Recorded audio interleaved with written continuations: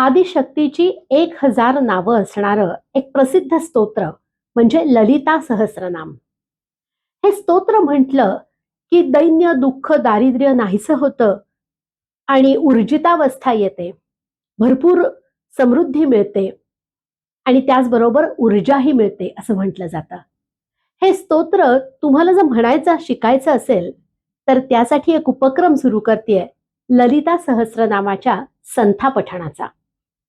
संथा पठण पद्धतीनं रोज 2 श्लोक रेकॉर्ड केलेले आपल्यापर्यंत पोहोचवले जातील आणि आपण ते म्हणायचा सराव केलात तर नवरात्रापूर्वी आपलं हे स्तोत्र संपूर्णपणे पठण करण्यायोग्य होईल आणि नवरात्राच्या काळामध्ये आपण याचा पाठही करू शकू.